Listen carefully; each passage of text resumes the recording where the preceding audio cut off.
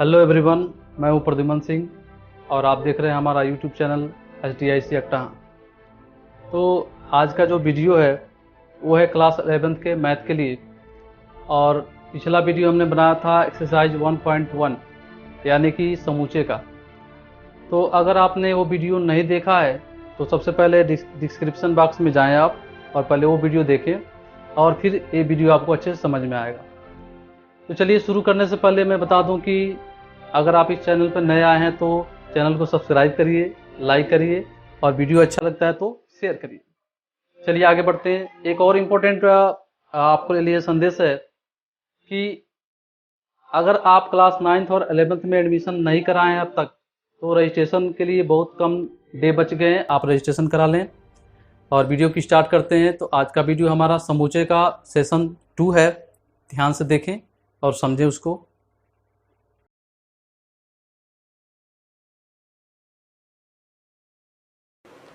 तो हमको पढ़ना है रिक्त समुच्चय यानी एम्प्टी सेट।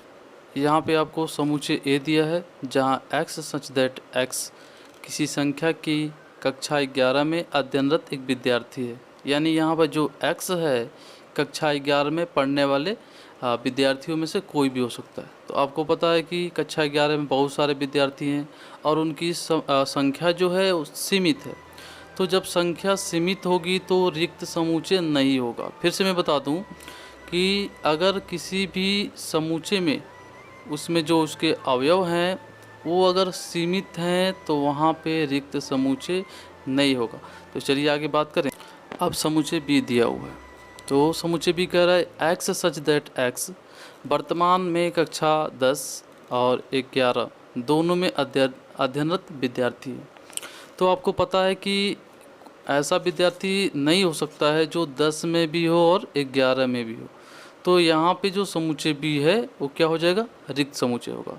मतलब ये हुआ कि कक्षा 10 और 11 में कोई भी विद्यार्थी नहीं हो सकता है दोनों में जो पढ़ रहा हो। तो यहाँ पर जो संग्रह मिल रहा है आपको कोई भी विद्यार्थी ऐसा नहीं मिल रहा है, मतलब यहाँ पे नील है। तो समुच्चय बी क्या हो जाएगा, रिक्त समुच्चय हो जाएगा। तो हम यहाँ देखते हैं कि एक विद्यार्थी एक साथ दोनों कक्षाओं यानी 10 और 11 में अध्ययन नहीं कर सकता है। तो ये जो समुच्चय है आपका बी वो क्या हो जाएगा, रिक्त समुच्चय हो जाएगा। किसमें, क्योंकि इसमें कोई भी अवयव नहीं है।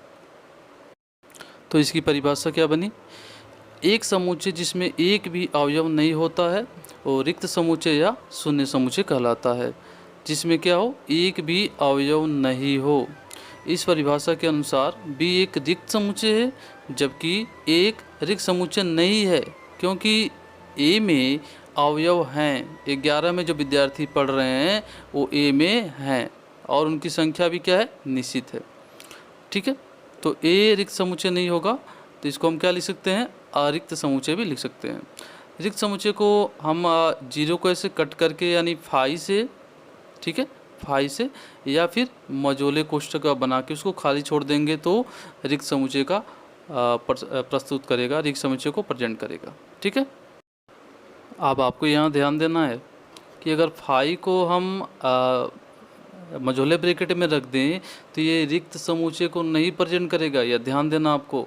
और अगर हम क्या करें, मझोले ब्रैकेट पर एक और मझोला ब्रैकेट बना दें तो यहाँ भी आपको ध्यान देना है कि ये रिक्त समुच्चय को प्रेजेंट नहीं कर रहा है। ठीक है, चलिए हम यहाँ कुछ उदाहरण देख लेते हैं जो नीचे दिया हुआ है। पहला दे रहा है कि समुच्चय ए जो है, मान लीजिए कि समुच्चय ए है, क्या है, एक प्राकृतिक संख्या है। ए क्या है, तो प्राकृतिक संख्या है। तो यहाँ पे कंडीशन दे रखा है कि x such that 1 less than x and x less than 2। यानी कि यहाँ पे जो x है 1 से बड़ा है और 2 से छोटा है। यानी x की जो वैल्यू है 1 और 2 के बीच में लाई करेगी। तो हम देख रहे हैं कि यहाँ पर x को जो बताया जा रहा है वो क्या है, एक प्राकृतिक संख्या है। और प्राकृतिक संख्या होती है 1 2 3 4 डॉट डॉट। तो हम यहाँ देख पा रहे हैं कि x की कोई भी ऐसी वैल्यू नहीं है, यानी x प्राकृतिक संख्या ऐसा कोई भी नहीं है जो 1 से बड़ा हो और 2 से छोटा हो। तो यहाँ पे समुच्चय ए क्या हो जाएगा, रिक्त समुच्चय हो जाएगा। इस तरह दूसरा देखेंगे, बी बराबर दिया है X such that x square minus 2 is equal to 0 और एक्स एक क्या कह रहा है, परिमेय संख्या है, यानी x की जो यहाँ पे वैल्यू आप पाओगे वो परिमेय संख्या होनी चाहिए। तो चलिए इसको सॉल्व करते हैं। तो x square minus 2 is equal to 0 यानी कि एक्स स्क्वायर माइनस 2, ठीक है। तो x इजकल टू यहाँ पे क्या आ जाएगा जी, x इजकल टू आपका आ जाएगा अंडर रूट 2, और हम जानते हैं कि अंडर रूट में जो वैल्यू होती है वो परिमेय संख्या नहीं होती है। तो यहाँ भी जो है समूचे भी क्या हो जाएगा, रिक्त समूचे हो जाएगा। चलिए इसी प्रकार सी वाला कह रहा है कि is equal to x such that x संख्या 2 से अधिक एक सम अभाज्य संख्या है। और मैंने पिछले क्लास में आपको बताया था कि जो अभाज्य संख्या होती है अगर उसको शुरू से लिखें तो होता है 2, 3, 5, 7, 11। जो खुद से कटे या फिर अपने आप से कटे, सॉरी, या तो खुद से कटे या फिर एक से कटे, वो संख्याएं कहलाती हैं अभाज्य संख्या। तो यहाँ पे आप देख पा रहे हो कि अगर मैं 2 से अधिक एक सम अभाज्य संख्या ढूंढूं तो ऐसा कोई भी नहीं मिलेगा। तो यहाँ पर सी भी क्या हो जाएगा, रिक्त समूचे हो जाएगा। अब चौथे में चलें तो दे रहा है डी बराबर x such that x square is equal to 4 और कह रहा है कि एक्स क्या होना चाहिए, विषम संख्या है, यानी विषम संख्या होना चाहिए। तो हम अगर इस समीकरण को सॉल्व करें तो एक्स स्क्वायर इजकल टू 4 यानी x is equal to under root 4 यानी x इजकल टू क्या आ जाएगा आपका प्लस माइनस 2।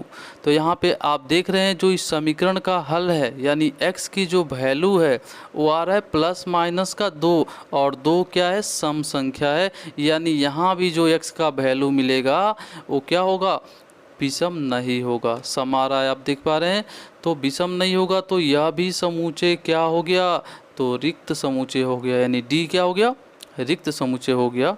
ठीक है, तो आई होप आप बात समझ पा रहे होंगे। आगे बढ़ते हैं। आगे है परिमित और अपरिमित समुच्चय यानी फाइनाइट एंड इनफाइनाइट सेट। तो इसके नाम से ही पता चल रहा है परिमित का मतलब होता है जिसकी संख्या निश्चित हो, यानी जिसको हम क्या कर सकें, गिन सकें, वो क्या हो गया, परिमित संख्या हो गया। यानी ऐसा समुच्चय जो क्या हो, जिसमें जो अवयव हैं वो सीमित होना चाहिए। ठीक है, और अपरिमित का मतलब हो गया इनफाइनाइट, यानी जिसमें ऐसा समुच्चय जिसमें अवयव की संख्या क्या होनी चाहिए, तो इनफाइनाइट, यानी जिसको हम गिन ना सकें। तो आशा करता हूँ कि आप बात समझ पा रहे होंगे। अब जैसा कि नीचे दिया हुआ है, मान लीजिए कि ए जो समुच्चय है 1, 2, 3, 4, 5 और बी दिया है स्मॉल ए, small B, small C, small D, small ई, स्मॉल जी। तो आप देख पा रहे हैं कि ये दोनों समुच्चय क्या हैं, तो परिमित होंगे क्योंकि इसमें जो अवयव हैं वो सीमित हैं, उनको हम गिन पा रहे हैं, देख पा रहे हैं। ठीक है, तो समुच्चय ए और समुच्चय बी ये दोनों क्या हो जाएंगे जी, तो परिमित समुच्चय हो जाएंगे। इसी तरह सी की बात करें तो सी बराबर दे रहा है इस समय विश्व के विभिन्न भागों में रहने वाले पुरुष। तो मानते हैं कि जो विश्व में जो पुरुष हैं उनकी संख्या बहुत ज़्यादा है, बहुत बड़ा नंबर आने वाला है, फिर भी यहाँ पर जो पुरुष की संख्या होगी वो गिना जा सकता है, उसको हम फाइंड कर सकते हैं। जैसा कि हम जानते हैं कि पूरे विश्व में जो जनसंख्या है लगभग 7 अरब है। तो जब हम पूरे विश्व में जनसंख्या गिन सकते हैं कि 7 अरब है, तो उसमें रहने वाले पुरुष की संख्या भी हम गिन सकते हैं, उनका आंकड़ा निकाल सकते हैं। तो यहाँ पे जो समुच्चय सी है वो क्या हो जाएगा, सीमित समुच्चय हो जाएगा। चलिए अब आगे हम देखते हैं कि ए में 5 अवयव हैं और बी में 6 अवयव हैं और सी में कितने अवयव हैं। जैसा कि स्पष्ट है कि सी के अवयव की संख्या हमें ज्ञात नहीं है, किंतु ये एक प्राकृतिक संख्या है जो बहुत बड़ी हो सकती है, लेकिन हम गिन सकते हैं। ठीक है, तो इस प्रकार से ए बी सी तीनों क्या हो गए, परिमित समुच्चय हो गए। तो यह से एक अरिक्त परिमित समुच्चय होता है, तो ये आपको ध्यान रखना है। आई होप कि आपको बातें समझ में आ रही हैं। आगे बढ़ते हैं। एक ध्यान रखने वाली बात है कि प्राकृतिक संख्याओं के समुच्चय n पर विचार करें हम तो हम देखते हैं कि इस समुच्चय के अवयवों की संख्या सीमित नहीं है, क्योंकि प्राकृतिक संख्याओं की संख्या असीमित है। बहुत सारी प्राकृतिक संख्याएं इनफाइनाइट हैं। तो यहाँ ध्यान रखना है कि इस प्रकार हम क्या कह सकते हैं कि प्राकृतिक संख्याओं का समुच्चय एक अपरिमित समुच्चय होगा, इसको ध्यान रखना है आपको। ठीक है, तो परिभाषा क्या हो जाएगी, एक समुच्चय जो रिक्त है, मतलब रिक्त समुच्चय भी क्या है आपका, परिमित समुच्चय है। तो एक समुच्चय जो रिक्त है अथवा जिसके अवयवों की संख्या निश्चित होती है, परिमित समुच्चय कहलाता है। ठीक है, अन्यथा समुच्चय अपरिमित समुच्चय कहलाएगा। यानी ऊपर वाले नियम को फॉलो नहीं कर रहा है तो वह अपरिमित समुच्चय कहलाएगा। आई होप बातें समझ में आ रही हैं। ये ध्यान रखना है कि रिक्त समुच्चय भी एक परिमित समुच्चय है। ठीक है, और जिसमें अवयवों की संख्या निश्चित नहीं होती है वो अपरिमित समुच्चय कहलाता है। तो कुछ उदाहरण हम देखते हैं। जैसे पहला उदाहरण है, यदि W सप्ताह के दिनों का समुच्चय है तो W परिमित समुच्चय होगा, क्योंकि सप्ताह के दिनों का जो संग्रह है वो निश्चित है कि 7 दिन होते हैं। दूसरा देखेंगे, यस यहाँ पे एक समीकरण दिया हुआ है, x² - 16 = 0, और कह रहा है कि हलों का समुच्चय परिमित है। जी हाँ, तो इसको सॉल्व करेंगे तो x² - 16 = 0, तो x² बराबर 16, तो x बराबर क्या हो जाएगा, √16। तो यहाँ पे भी क्या हो जाएगा, यस परिमित समुच्चय हो जाएगा, क्योंकि x की वैल्यू ±4 आ रही है। चलिए, तो अगला तीसरा है, मान लीजिए G किसी रेखा पर स्थित सभी बिंदुओं का समुच्चय है। तो G क्या हो गया, अपरिमित हो गया। भाई सही बात है, एक रेखा पर अगर बात करें तो बिंदुओं की जो संख्या है वो इनफाइनाइट होती है, बहुत सारे बिंदुओं से मिलकर एक रेखा बनती है। तो आप यहाँ समझ पा रहे हैं कि यहाँ पर जो संग्रह है बिंदुओं का वो क्या है, इनफाइनाइट है, जो निश्चित नहीं है। तो यहाँ पर G क्या हो जाएगा, अपरिमित समुच्चय हो जाएगा। चलिए, अब यहाँ पे ध्यान देने वाली बात क्या है, तो देखिए यहाँ पे जब हम किसी समुच्चय को रोस्टर रूप में निरूपित करते हैं तो हम उस समुच्चय के सभी अवयवों को कोष्ठक के भीतर लिखते हैं। आपको पहले भी पिछली क्लास में बताया था कि रोस्टर में जब लिखेंगे तो कोष्ठक के भीतर लिखते हैं, और वो अंकों के रूप में होता है, शब्दों के रूप में, हिंदी के शब्दों के रूप में नहीं होता है। यानी किसी अपरिमित समुच्चय के सभी अवयवों को मझोले ब्रैकेट के भीतर लिखना संभव नहीं है।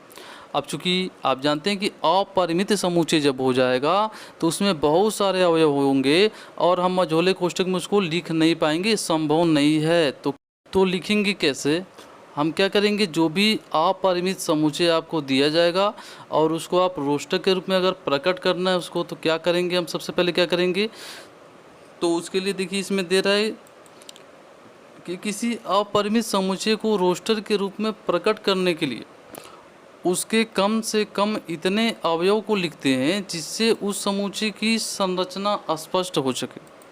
यानी कम से कम 2, 3, 4 आप जितने भी अवयव लिखते हैं तो इतने अवयव लिखेंगे आप कि ताकि उसकी संरचना स्पष्ट हो सके कि वो प्राकृतिक संख्या है कि 2 से विभाज्य संख्या है कि विषम संख्या है, ये पता चल सके। और लिखने के बाद यानी 2-4 अवयव आप लिख दोगे, उसके तदुपरांत क्या करना है, 3 बिंदु लगाना है आपको। ठीक है, तो चलिए उनकी बात कर लें। तो जैसे कि दे रहा है कि 1, 2, 3, ... प्राकृतिक संख्याओं का समुच्चय, ते रोस्टर रूप हो गया आपका। 1, 3, 7 विषम प्राकृतिक संख्याओं का समुच्चय है। -3, -2, -1 के पहले डॉट लगाया 3 ठो, और 0, 1, 2, 3 ... पूर्णांकों का क्या हो जाएगा, समुच्चय। तो ये सभी समुच्चय डॉट का मतलब हो गया कि ये अपरिमित हो गए, तो सभी समुच्चय जो ऊपर के हैं वो क्या हो जाएंगे, अपरिमित समुच्चय हो जाएंगे। चलिए अब TPD की बात करें तो सभी अपरिमित समुच्चय का वर्णन रोस्टर रूप में नहीं किया जा सकता है। यानी सभी समुच्चयों को हम वर्णन रोस्टर रूप में नहीं लिख सकते हैं। उदाहरण के लिए वास्तविक संख्याओं का समुच्चय वर्णन इस रूप में नहीं किया जा सकता है, क्योंकि इस समुच्चय के अवयवों का कोई विशेष पैटर्न नहीं होता है। ध्यान रखना, यहाँ पे ऐसे भी कुछ समुच्चय हैं जिसमें क्या हो, उनके पैटर्न विशेष नहीं होते हैं, विशेष पैटर्न नहीं प्राप्त होता हमको। चलिए आगे बढ़ते हैं उदाहरण नंबर 6 के ओर। बतलाइए कि निम्नलिखित समुच्चय में कौन परिमित है और कौन सी अपरिमित है। तो इसको ध्यान से देखना है, एग्जाम्पल्स को बड़े अच्छे से समझेंगे। पहला कह रहा है कि x such that x belongs to n, यानी x की जो वैल्यू है वो नेचुरल नंबर को प्रेजेंट कर रही है। चलिए, तो x - 1 और x - 2 = 0 दे रखा अब यहाँ पे जो समीकरण दे रहा है उसको हल करेंगे तो x इजकल टू 1 आएगा और x इजकल टू 2 आएगा। तो हम देख पा रहे हैं कि जो x की वैल्यू आ रही है वो नेचुरल नंबर आ रही है, तो ये क्या हो गया, परिमित समुच्चय हो गया। फिर दूसरा है x such that x belongs कर रहा है नेचुरल नंबर को और x स्क्वायर इजकल टू 4 समीकरण दे रखा है। तो इसको सॉल्व करेंगे तो क्या मिलेगा हमको, x square is equal to 4, this implied as x is equal to √4, यानी x की जो वैल्यू आएगी क्या हो जाएगी, 2 आ जाएगी, ±2 आएगी। तो आपको पता है कि इसमें 2 वैल्यू आएंगे, लेकिन हम एक वैल्यू लेते हैं क्योंकि यहाँ पर नेचुरल नंबर की बात हो रही है। तो यहाँ पर पॉजिटिव होती है नेचुरल नंबर, तो 2 क्या हो जाएगा, इसका अवयव हो जाएगा और ये जो समुच्चय है वो परिमित हो जाएगा। अब तीसरा है x सच दैट x, और x बिलोंग कर रहा है नेचुरल नंबर को और समीकरण दे रखा है 2x - 1 इजकल टू 0। इसको हम हल करें तो मिलेगा आपको 2x - 1, this implied as x is equal to 1/2। तो आप देख पा रहे हैं कि यहाँ पर जो x की वैल्यू आ रही है वो एक परिमेय संख्या आ रही है, ठीक है, परिमेय संख्या आ रही है। और यहाँ पर जो x की बात कर रहा है क्वेश्चन में नेचुरल नंबर की, तो यहाँ पर ऐसा कोई भी संग्रह नहीं मिला जो नेचुरल नंबर को सेटिस्फाई करे। तो यहाँ पर भी क्या हो जाएगा, रिक्त समुच्चय हो जाएगा तीसरा वाला, और रिक्त समुच्चय हो गया तो ये परिमित समुच्चय भी हो जाएगा। चलिए अब चौथे उदाहरण की बात करें तो यहाँ पे दे रहा है कि x सच दैट x, और x बिलोंग कर रहा है नेचुरल नंबर यानी प्राकृतिक संख्या को, और कह रहा है कि x एक अभाज्य संख्या है। x क्या है, अभाज्य संख्या है। तो यहाँ पर अगर x की वैल्यू की बात करें तो बहुत सारी अभाज्य संख्याएं हैं, यानी इनकी जो संख्या है, अभाज्य संख्याओं का जो नंबर्स है वो सीमित नहीं है, असीमित है, बहुत सारी इनफाइनाइट अभाज्य संख्याएं आपको मिलेंगी। तो यहाँ पे चौथा जो उदाहरण आपका हो जाएगा अपरिमित हो जाएगा। क्यों ऐसा हो गया, क्योंकि यहाँ पर जो आपको संग्रह मिल रहा है वो सीमित नहीं है। अब परिमित तभी होता है जब जब समुच्चय का संग्रह सीमित मिले, यानी इसमें जो नंबर्स आप एलिमेंट कह लें वो क्या होना चाहिए, सीमित होना चाहिए, ठीक है। तो यहाँ पे चौथा उदाहरण जो है क्या हो जाएगा, अपरिमित हो जाएगा। फिर आगे बात करें पाँचवें की ओर, तो कह रहा है कि x सच दैट x, और x बिलोंग कर रहा है नेचुरल नंबर की, ठीक है, प्राकृतिक संख्या को फॉलो कर रहा है। तो यहाँ पर और क्या कह रहा है कि x क्या होना चाहिए, विषम संख्या होना चाहिए। तो मैं बता दूं कि विषम संख्याएं बहुत सारी हैं, जैसे 1, 3, 5, 7, 9, 11, इस तरह से आप करेंगे तो इनफाइनाइट नंबर्स आप ऑड नंबर आपको मिलेगा। तो यहाँ भी जो पांचवा उदाहरण है वो भी क्या हो जाएगा, अपरिमित समुच्चय हो जाएगा। चलिए फिर से रिपीट कर दूं कि जो परिमित समुच्चय है उसमें जो अवयव होंगे वो सीमित होना चाहिए, यानी उसको गिन सकें, और अपरिमित में जो अवयव होंगे अगर उनको हम काउंट नहीं कर पाएँ, यानी उनकी संख्याएं इनफाइनाइट हो जाएं, तो वो अपरिमित समुच्चय कहलाता है। तो इस बात को आपको ध्यान रखना है। अब आगे बात करें हम समान समुच्चय की। समान समुच्चय का मतलब होता है इक्वल सेट, ठीक है। तो समान, इसके नाम से लिख रहा है कि समान समुच्चय, मतलब कि आप तुलना कराएंगे हम दो समुच्चयों को और पता करेंगे कि क्या ये समुच्चय समान है। तो इसको समझते हैं ज़रा। दो दिए गए समुच्चय ए और बी में यदि ए का प्रत्येक अवयव बी का भी अवयव है तथा बी का प्रत्येक अवयव ए का भी अवयव है, तो समुच्चय ए और बी समान समान समुच्चय कहलाएंगे। तो स्पष्ट हो गया होगा कि आपको स्पष्ट हो गया होगा कि दो समुच्चय समान कब होंगे। तो दो समुच्चय समान तभी होंगे जब उनके प्रत्येक अवयव एक दूसरे में उपस्थित हों, मतलब हर अवयव ए का सभी अवयव बी से मैच कर रहा हो। तो यहाँ पर जो समुच्चय होगा ए और बी वो समान होगा। चलिए तो परिभाषा क्या हो जाएगा, दो समुच्चय ए और बी समान कहलाते हैं यदि उनमें तथ्यतः समान अवयव हों, और हमको क्या लिख सकते हैं, ए इजकल टू बी। अगर ऐसा नहीं होता है तो अन्यथा समुच्चय क्या कहलाएंगे, असमान समुच्चय कहलाएंगे, और हमको क्या लिखेंगे, हम उसको A is not equal to B. चलिए कुछ उदाहरण दिए गए हैं उस पर हम विचार करते हैं। पहला दिया है कि समुच्चय ए इजकल टू 1, 2, 3, 4 और समुच्चय बी इजकल टू 3, 1, 4, 2। तो यहाँ पे आप देख पा रहे हैं कि समुच्चय ए का जो अवयव है प्रत्येक अवयव बी में मैच कर रहा है तो यहाँ पर ए इजकल टू बी हो जाएगा। मैंने पहले भी बताया था कि आप समुच्चय ए को और बी को देखें ध्यान से, तो अवयव तो मैच कर रहे हैं, एक मैच कर रहा है, दो मैच कर रहा है, तीन मैच कर रहा है, चार मैच कर रहा है, सभी अवयव मैच कर रहे हैं, उनके क्रम बदल दिए गए। तो मैंने पहले भी बताया था कि कोई भी समुच्चय लिखा गया तो ये ज़रूरी नहीं है कि उनको क्रम से ही लिखें, कोई भी अवयव कहीं भी रख सकते हैं आप, ठीक है। तो ये दोनों समुच्चय क्या हो जाएंगे, समान समुच्चय के अंतर्गत आ जाएंगे। तो समुच्चय ए बराबर क्या हो जाएगा, बी। दूसरे में देखेंगे, मान लीजिए कि समुच्चय ए जो है 6 से कम अभाज्य संख्याओं का समुच्चय है, ठीक है। तो इस समुच्चय ए क्या है, 6 से कम अभाज्य संख्याओं का समुच्चय है, संग्रह है। तो 6 से कम अभाज्य संख्या क्या हो जाएगा, 2 3 5 हो जाएगा। जो 6 से कम हो जा रहे हैं 2 3 5, तो ठीक है। तो समुच्चय ए क्या हो गया, 2 3 5, ठीक है। अब समुच्चय पी की बात करें तो कह रहा है 30 के अभाज्य गुणनखंडों का समुच्चय है। तो 30 के अभाज्य गुणनखंड हम करेंगे तो 2 से कटेगा 30 15 बार में, फिर 3 से 5 बार में, 5 से 1, तो यहाँ से मिल गया क्या, तो 30 से कम अभाज्य संख्या आपको मिल गया 2 3 5। 30 का जो गुणनखंड है उसका अभाज्य संख्या आपको मिला 2 3 5। तो क्या स्पष्ट हो गया, तो स्पष्ट हो गया कि समुच्चय ए और पी समान है, क्योंकि केवल 2 3 और 5 ही संख्या 30 के अभाज्य संख्याओं का गुणनखंड है। तो यहाँ पर ये दोनों समुच्चय क्या हो जाएंगे, समान हो जाएंगे। चलिए बात करें हम टिप्पणी की। तो यदि किसी समुच्चय के एक या एक से अधिक अवयवों की पुनरावृत्ति होती है तो समुच्चय नहीं बदलता है, यानी अवयवों की अगर पुनरावृत्ति हो रही है तो समुच्चय नहीं बदलता है। उदाहरण के लिए कहें तो समुच्चय ए इक्वल टू 1, 2, 3 और समुच्चय बी इक्वल टू 2, 2, 1, 3, 3। तो आप देख पा रहे हैं कि बी में जो अवयव हैं वो ए के अवयव हैं, यानी दोनों इसमें मिल रहे हैं, ए के अवयव और बी के अवयव। वो अलग बात है कि बी में अवयवों की संख्याओं का पुनरावृत्ति हो गया है।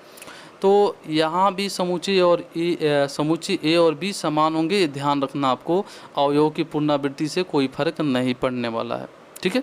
ए का प्रत्येक अवयव बी में है और इसका विलोम भी क्या है, सत्य है। इसी कारण हम क्या करेंगे, प्रायः किसी समुच्चय का वर्णन करते समय उसके अवयव की पुनरावृत्ति नहीं करते हैं, ठीक है।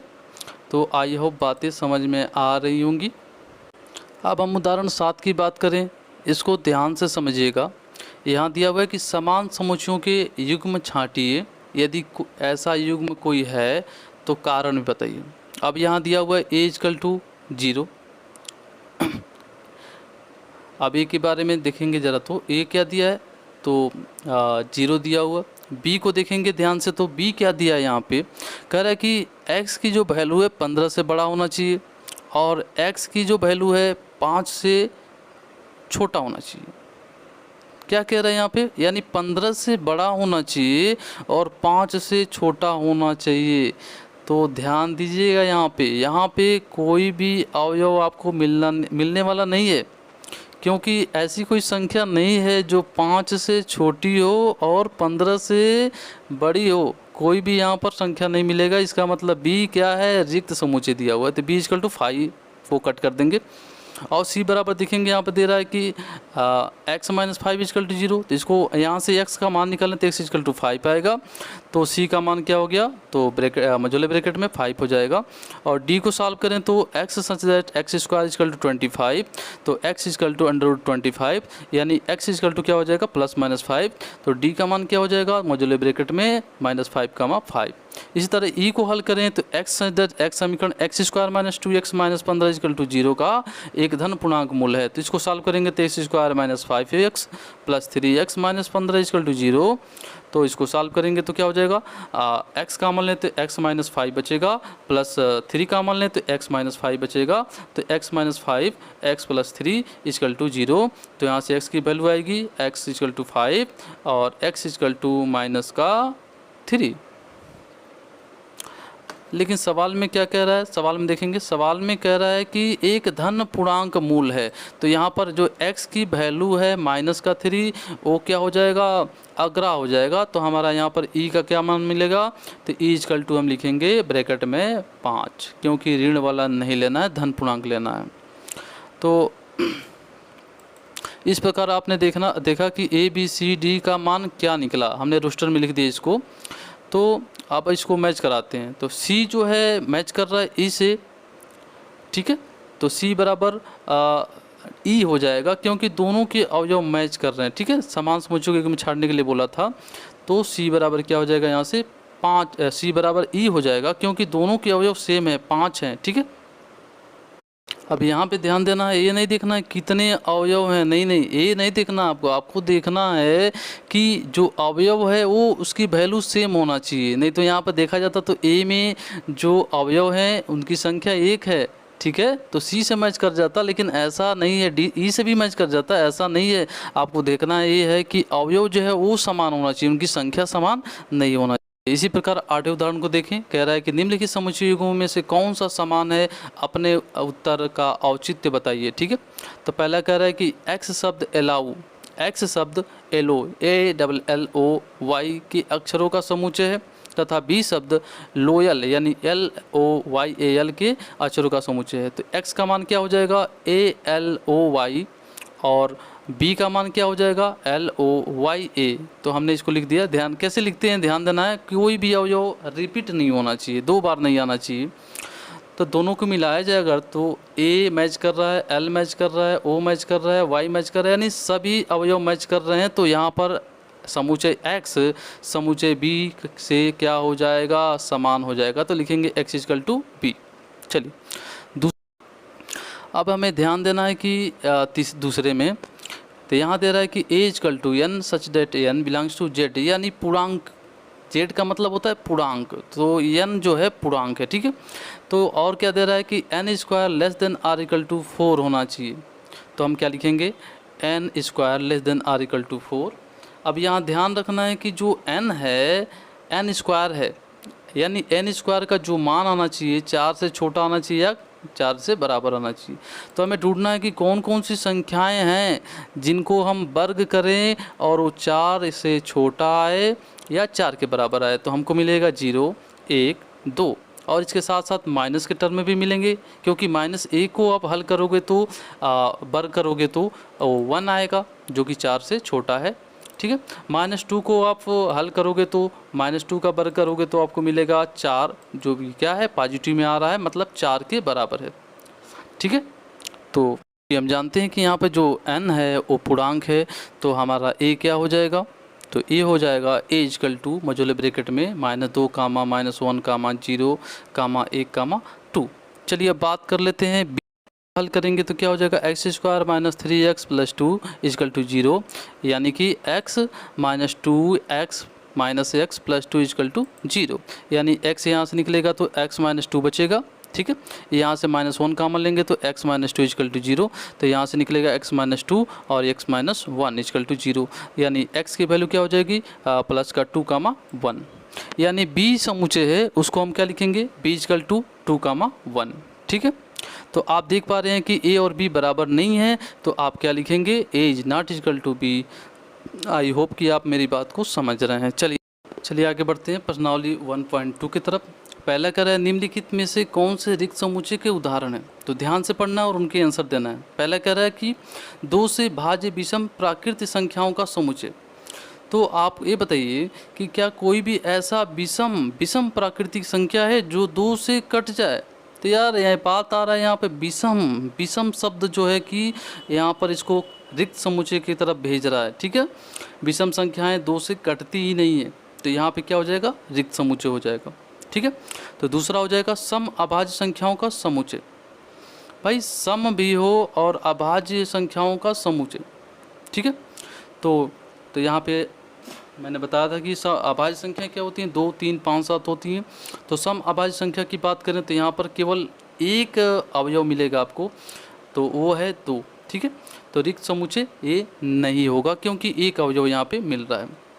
तीसरे की बात करें तो x सच दैट x एक प्राकृतिक संख्या है, ठीक है, और x की जो वैल्यू है वो लेस देन 5 यानी 5 से छोटा है, ठीक है, और साथ ही x की जो वैल्यू है वो 7 से बड़ा है, ठीक है। तो x का वह वैल्यू ढूंढना है आपको जो 5 से छोटा हो, ठीक है, 5 से छोटा हो और 7 से बड़ा हो, तो ऐसी कोई भी संख्या नहीं है जो 5 से छोटा हो जाए यार और 7 से बड़ा हो जाए। ठीक है, तो यहाँ पर यह क्या हो जाएगा, रिक्त समुच्चय हो जाएगा, क्योंकि यहाँ पर कोई भी ऐसा अवयव नहीं मिलेगा आपको जो क्या होगा 5 से छोटा होगा और 7 से बड़ा होगा। तो ये क्या हो गया, रिक्त समुच्चय हो जाएगा। ठीक है, तो इसको फाई लिख सकते हैं आप। अगला कह रहा है किन्हीं भी दो समांतर रेखाओं का उभयनिष्ठ बिंदु। अरे यार, समांतर रेखा की बात कर रहा है और उभयनिष्ठ बिंदु की बात कर रहा है, तो आपको पता है कि समांतर रेखाएं, दो समांतर रेखाएं एक दूसरे को कट करती ही नहीं है, तो उभयनिष्ठ बिंदु की बात ही नहीं है। तो यहाँ पर भी ये समुच्चय यानी चौथा भी क्या हो जाएगा, रिक्त हो जाएगा। फिर आगे बात करें, निम्नलिखित समुच्चयों में से कौन परिमित और कौन अपरिमित है।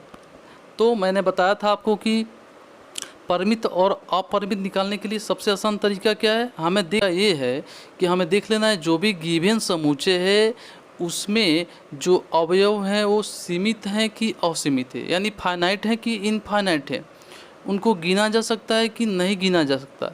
अगर गिना जा सकता है, सीमित है, तो वह परिमित समुच्चय हो जाएगा, और जिनको गिना नहीं जा सकता यानी जिनकी संख्या इनफाइनाइट हो वह अपरिमित में चला जाएगा। तो चलिए सॉल्व करते हैं। पहला कह रहा है कि वर्ष के महीनों का समुच्चय, तो हम यहाँ देख पा रहे हैं कि वर्ष के महीने जो हैं वो सीमित हैं जी, क्योंकि 12 महीने होते हैं एक वर्ष में, तो पहला आपका परिमित समुच्चय हो जाएगा।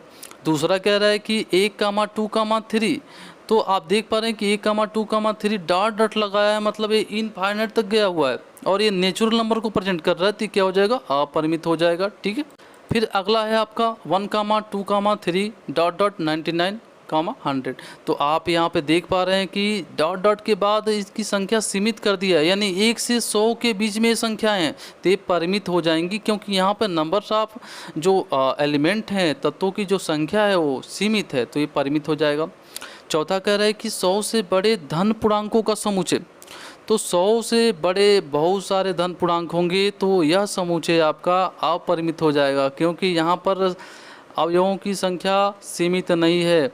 फिर अगला है आपका 99 से छोटे अभाज्य पूर्णांकों का समुच्चय, तो यार यहाँ पे तो फिक्स है ना, 99 से छोटे अभाज्य पूर्णांक संख्या, उनको हम गिन सकते हैं, उनको निकाल सकते हैं, तो यहाँ पे जो पांचवा आपका आंसर हो जाएगा 99 से छोटे अभाज्य पूर्णांकों का समुच्चय, वो आपका परिमित समुच्चय हो जाएगा, क्योंकि यहाँ 9 से छोटे अभाज्य पूर्णांकों की संख्या तो 25 आप फाइंड कर सकते हो, 25 संख्याएं होती हैं, तो यहाँ पर जो पांचवे का आंसर हो जाएगा परिमित समुच्चय हो जाएगा। इसी क्रम में आगे बढ़ते हैं तीसरे क्वेश्चन में, निम्नलिखित समुच्चयों में से प्रत्येक के लिए बताइए कि कौन परिमित है और कौन अपरिमित समुच्चय है। तो पहला कह रहा है कि एक्स एक्स के समांतर रेखाओं का समुच्चय, तो हम जानते हैं कि अगर हम एक्सिस बनाएं एक्स वाई को और एक्स एक्स के समांतर लाइन खींचें तो बहुत सारी लाइन एक्स एक्स के ऊपर भी मिलेंगी और एक्स एक्स के नीचे भी मिलेंगी। तो इस तरह हम देख पा रहे हैं कि पहले में जो समांतर रेखाओं का समुच्चय कह रहा है एक्स एक्स के समांतर, वो बहुत सारी मिलेंगी, असीमित है उनकी संख्याएं, उनका जो संख्या है असीमित है, तो यह अपरिमित समुच्चय हो जाएगा। इसी क्रम में हम दूसरे सवाल की बात करें तो दूसरे सवाल में कह रहा है कि अंग्रेजी वर्णमाला के अक्षरों का समुच्चय, तो आप जानते हैं अंग्रेजी वर्णमाला के जो अंग्रेजी के अक्षर होते हैं वो 26 होते हैं, यानी उनकी संख्या फिक्स है, उनका जो नंबर है वो क्या है, सीमित है, तो यहाँ पे परिमित समुच्चय हो जाएगा। फिर तीसरे क्वेश्चन की बात करें, उन संख्याओं का समुच्चय जो 5 के गुणज हैं, यानी जो 5 के गुणज संख्याओं की बात कर रहा है, तो यहाँ पर बहुत सारी संख्याएं हैं 5 के गुणज हो, जैसे 5 है, 10 है, 15 है, 20 है, ठीक है, बहुत सारी संख्याएं इस तरह से मिलेंगी, तो बहुत ज़्यादा मिल रही हैं संख्याएं, यानी यहाँ पर भी जो संग्रह मिल रहा है वो असीमित है, वो इनफाइनाइट है। ठीक है, तो तीसरा भी क्या हो जाएगा, अपरिमित समुच्चय हो जाएगा। अब जो आपका चौथा क्वेश्चन है उस पर ध्यान देना है, बहुत बड़ा इंपॉर्टेंट क्वेश्चन है, पृथ्वी पर रहने वाले जानवरों का समुच्चय। तो भाई पृथ्वी पर बहुत सारे जानवर हैं, तो आप सीधे सीधे कहोगे यार सीमित नहीं है, तो आप इसको क्या करोगे, अपरिमित लगा दोगे, लेकिन ऐसा नहीं है, इसका आंसर होगा परिमित समुच्चय। क्यों, क्योंकि पृथ्वी पर रहने वाले जानवरों की संख्या बहुत सारी है, लेकिन यार ऐसा नहीं है कि उनको गिना नहीं जा सकता, उनको गिना जा सकता है। ठीक है, उनको गिना जा सकता है, तो यहाँ पर जो पृथ्वी पर रहने वाले जानवर हैं वो परिमित में आ जाएंगे। ठीक है, तो इस तरह से इसका आंसर हो जाएगा परिमित समुच्चय। भाई सोच रहे होंगे कि यार यहाँ बहुत सारे जानवर हैं, तो यार हैं तो उनको तो काउंट कर सकते हैं ना। भाई जानवरों को काउंट किया जा सकता है, या फिर कहें वो सीमित हैं। ऐसा नहीं है कि मेरे गांव में, यार मैं अपने गांव की बात करें तो मान लीजिए 500 जानवर हैं, तो यार काउंट कर सकते हो ना। ऐसा नहीं है कि काउंट नहीं कर सकते। अब यहाँ तीसरे क्वेश्चन में जो कह रहा था 5 से जो 5 के जो गुणज हैं उनकी संख्या कह रहा है, तो यार उसको काउंट नहीं कर सकते। यार दिन भर, 2 दिन, साल भर, 2 साल आप यार निकालते रहोगे, बहुत सारी संख्याएं मिलेंगी। लेकिन अगर जानवरों की काउंटिंग शुरू कर दी जाए तो यार एक समय ऐसा आएगा इसको काउंट आप कर लोगे। तो इस तरह से आप चौथा जो क्वेश्चन है उसका आंसर हो जाएगा परिमित समुच्चय। ठीक है, आगे बढ़ते हैं। पांचवा है मूल बिंदु 0,0 से होकर जाने वाले वृत्तों का समुच्चय। तो यहाँ ध्यान देना, अब मूल बिंदु को हम क्या माने, केंद्र मान लें, और उसको अगर उसके चारों ओर जाते हुए एक हम वृत्त बनाएं तो बहुत सारे वृत्त बनाए जा सकते हैं, जिनको काउंटिंग करना बड़ा मुश्किल है। समझ रहे हैं ना, मुश्किल क्या है, नामुमकिन है। ठीक है, तो यहाँ पर जो पांचवा का आंसर हो जाएगा वो अपरिमित हो जाएगा। ठीक है, चौथे क्वेश्चन की ओर बढ़ते हैं। तो चौथा क्वेश्चन कह रहा है कि निम्नलिखित में बतलाइए कि A=B है अथवा नहीं है। ठीक है, क्या बताना है आपको, A=B। तो मैंने बताया था A=B समूचे कब आप बताएंगे, तो जब A का प्रत्येक अवयव B में होना चाहिए, मतलब दोनों के अवयव समान होने चाहिए, तब आप कहेंगे समान है।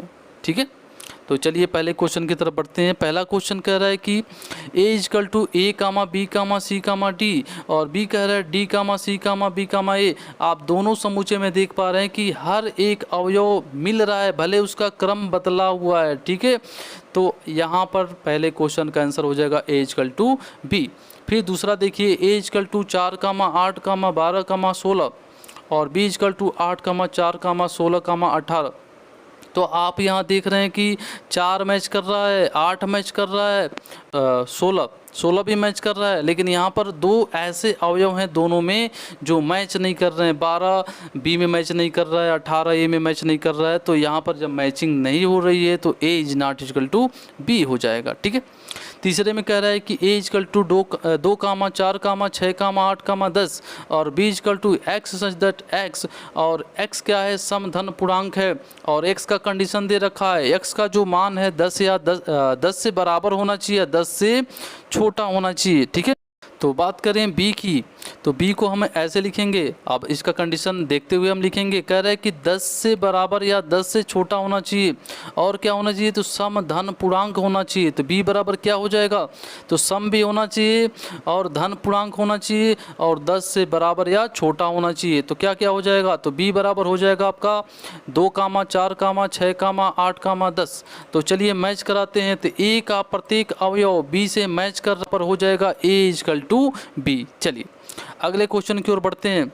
चौथा क्वेश्चन कह रहा है कि ए समूचे जो है X सच दैट X संख्या 10 का एक गुणज है, यानी X जो है यहाँ पे 10 का गुणज है। ठीक है, तो 10 के कौन कौन से गुणज हैं, तो 10 है, 20 है, 30 है, डॉट डॉट बहुत सारी संख्याएं हैं।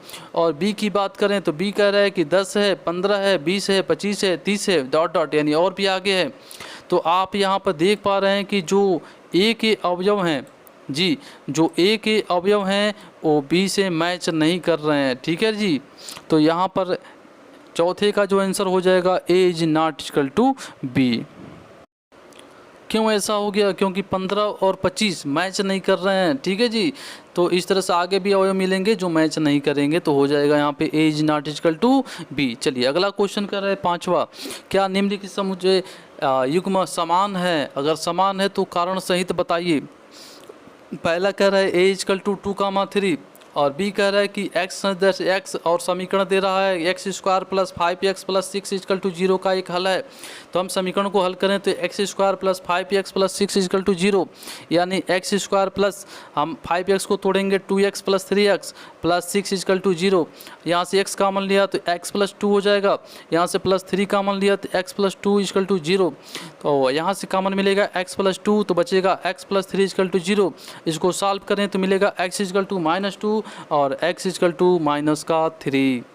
तो चलिए मैचिंग की बात करें तो हम B बराबर क्या लिख सकते हैं, बी का मान हो गया -2 कामा बी बराबर -2 कामा -3, और मैच कराने की बात है तो देख रहे हैं ए और बी मैच नहीं कर रहे हैं उनके अवयव, तो A is not equal to B हो जाएगा। चलिए दूसरे क्वेश्चन की ओर बढ़ते हैं। ए इक्वल टू दिया है एक्स दैट एक्स, और शब्द फालो का एक अक्षर है, ठीक है, FOLLOW का एक अक्षर है, ठीक है। तो एक ए इक्वल टू क्या हो जाएगा, F, O, L, W, यार रिपीट नहीं करना है, बस एक बार लिखना है। और बी कह रहा है कि वाई सच दैट वाई शब्द ओल्फ का एक अक्षर है, तो बी इक्वल टू क्या हो जाएगा, WOLF। तो आप देख रहे हैं कि दोनों के अवयव, आप देख पा रहे हैं ऊपर की दोनों के जो अवयव हैं वो मैच कर रहे हैं। कौन कौन से अवयव, F मैच कर रहा है, O मैच कर रहा है, L मैच कर रहा है, W मैच कर रहा है, यानी कि सभी के सभी अवयव दोनों में एक ही प्रकार से सुसज्जित हैं। तो यहाँ पर दूसरे का जो आंसर हो जाएगा A इक्वल टू B हो जाएगा। अब आपका अगला कह रहा है कि नीचे दिए हुए समुच्चयों में से समान समुच्चय का चयन कीजिए। क्वेश्चन नंबर 6 जी, यहाँ पर दिया हुआ है A इक्वल टू 2, 4, 8, 12, ठीक है। B इक्वल टू दिया है 1, 2, 3, 4, और C इक्वल टू दिया है 4, 8, 12, 14, ठीक है। और D दे रहा है आपका 3, 1, 4, 2, ठीक है। और E दे रहा है -1, 1, इसी प्रकार। और आपका F दिया है 0, A, और G दिया हुआ है 1, -1, और H समुच्चय दिया हुआ है 0, 1। तो हम यहाँ से क्या देख पा रहे हैं, ये ध्यान देना है यहाँ पे। तो B का मान दिया है 1, 2, 3, 4, ठीक है। और D का मान दिया है 3, 1, 4, 2। तो आप देख पा रहे हैं B का जो प्रत्येक अवयव है D से मैच कर रहा है, तो B बराबर हो गया D। अब E को देखें -1, 1 जो मैच कर रहा है G से, G में भी अवयव दिए हैं, क्रम बस बदल गए हैं। तो यहाँ पर -1 मैच कर रहा है G से और 1 भी मैच कर रहा है G से, तो यहाँ पर से E बराबर G हो जाएगा। इसी तरह से A की बात करें 2, 4, 8, 12, ठीक है। और C से मैच कराएं तो 4, 8, 12, 14, जो कि मैचिंग नहीं हो रहा है। तो आप देख पा रहे हैं कि और कोई भी अवयव मैच नहीं कर पा रहे हैं, तो मैच नहीं कर पा रहे हैं तो आंसर नहीं होगा, ठीक है। तो 2 आंसर हमको मिले यहाँ से।